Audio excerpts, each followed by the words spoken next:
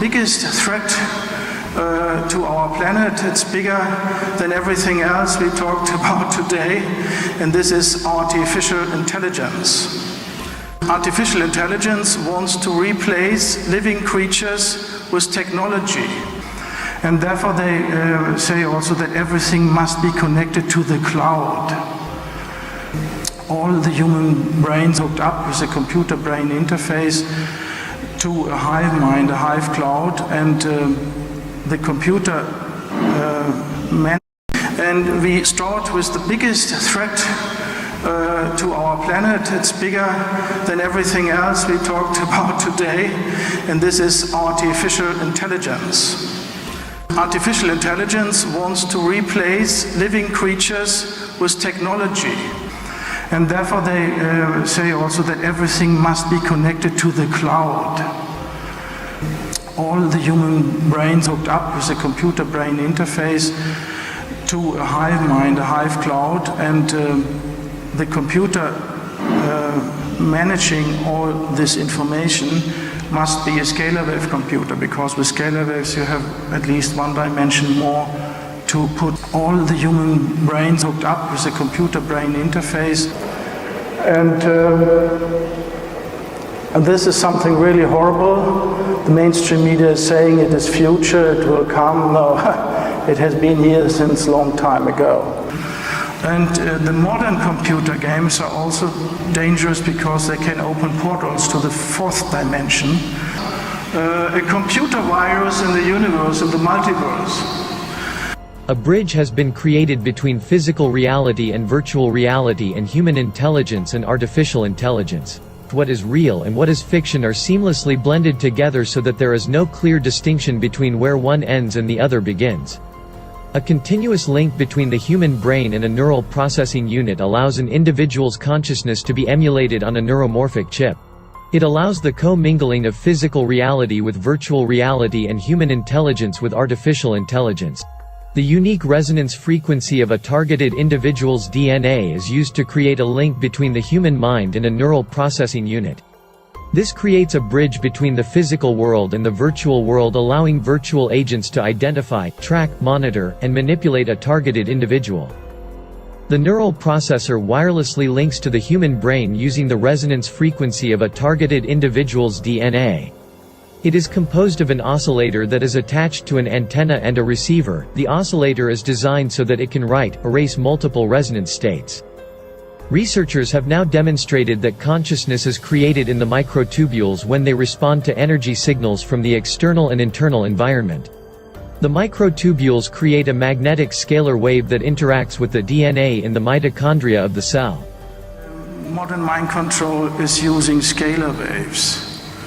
This is a special kind of waves in physics which has been kept secret since more than 100 years.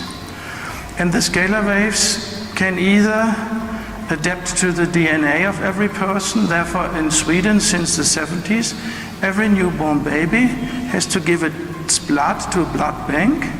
So if you get inconvenient, they take your blood and then they beam it with scalar waves, because the blood has the DNA, and the DNA is an antenna for scalar waves, being able to receive scalar waves or to emit scalar waves. That is very important, that our DNA is an antenna.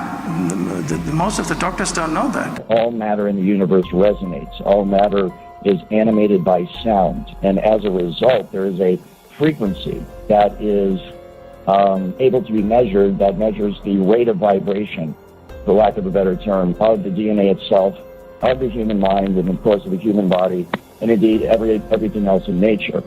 It is by understanding the individual resonant frequency of an individual's DNA and the individual resonant frequency of an individual's mind that this technology is able to be fine-tuned to an individual.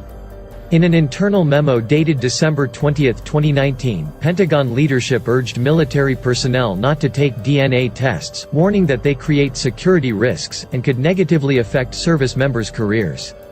The memo noted that the tests could potentially create unintended security consequences and increase the risk to the joint force and mission.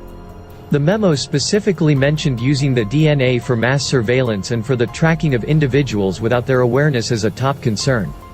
This memo seems to substantiate whistleblower and former private security industry specialist Brian Coffrin's claims that the resonant frequency of the DNA is used to monitor, track, and control the minds of targeted individuals. It's total not only mind control, it's total human being control. And it is the essential element that allows them to manipulate your emotions so totally and completely, to manipulate your thoughts so totally and completely, to manipulate everything you do and see and hear and think and feel every single minute of every single day, so totally and completely. The new model regards DNA as a stable waveform of information that is not primarily acting through the molecular chemistry and composition, but through the oscillations and coherent acoustic and electromagnetic fields that the atoms and molecules create. There exists a complex interference pattern at the cellular and subcellular level, produced on the one hand by the mechanical or elastic vibrations of the atoms and molecules in the liquid crystal hydrogel environment, which would entail Fröhlich-like wave patterns of phonons within the tiny tubes and cavities of the cell organelles, such as the microtubules, the mitochondria, the electric dipole lipid membranes, or in the geometry of the DNA macromolecule itself. DNA has a unique property in that its frequency cannot easily be changed by external noise. The frequency penetrates any material that does not match its frequency. Even under massive noise, these resonance frequencies act as an attractor during synchronization, when the system is dragged away. It is the supercoil structure of the DNA that allows this dynamic process to take place. This basic natural property pulls the system back to the particular frequency state. An implication is that ultimately DNA could be transferred or transported, let us say teleported, immaterially and non-locally as a light or laser modulation. This could be defined as a form of entanglement of the biological atoms with the background field, thus manifesting as a non-local, namely literally not there phenomenon. In terms of physics, of course, this requires the existence of some kind of vacuum field, something that was decried for a long time, but is now established as the concept of the zero-point fluctuations that quantum field theory embraces. In quantum field theory, the manifestation of energy comes from the quantum vacuum, sometimes referred to as a universal scalar wave, which is a form of electrostatic energy. Scalar waves are produced when two electromagnetic waves of the same frequency are exactly out of phase, opposite to each other, and the amplitudes subtract and cancel or destroy each other. The result is not exactly an annihilation of magnetic fields but a transformation of energy back into a scalar wave. This scalar field has reverted back to a vacuum state of potentiality. Scalar waves can be created by wrapping electrical wires around a figure 8 in the shape of a Mobius coil. When an electric current flows through the wires in opposite directions, the opposing electromagnetic fields from the two wires cancel each other and create a scalar wave. And as I earlier told about standing waves and resonance, it is very important to know for our mind control research to get rid of it. What resonance needs, it needs the same type of waves, also longitudinal scalar waves, the same frequency and amplitude, but 100 degrees in a phase difference. And then you build up a resonance with a standing wave.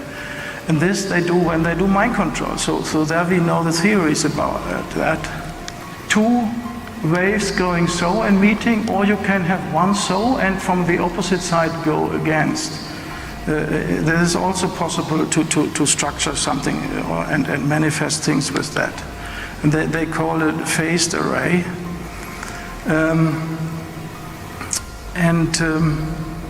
There's one radar in the world which have 3 phases. Also usually the radar has 2, but there's one that have 3, and this is very close to Whitby where Simon Parkes lives. I have looked on it. He was invited to it. It's driven by the NSA. It's an over-the-horizon radar. And the other things, when they come together, is phase conjugation. Scalar waves can build up a standing resonance, a resonant circuit, between the target and the perpetrator. Often it is Mossad controlling in the Western world the mind control technology. In the Eastern world it is the FSB, the Russian Secret Service. The problem is the scalar waves have closed field lines. That means our usual devices we buy to scan electromagnetic waves are not working any longer. And we have up to date not been able to get scanning devices for scalar waves. Of course, the dark side have them. I've been told in Germany the Stasi have them, and they had them from Russia. But we have not been able to come over. So if you here in Czechian, you had more closer contact to the KGB and so on. If there are perhaps some guys having an old device scanning scalar waves, we would be very grateful to get access to that.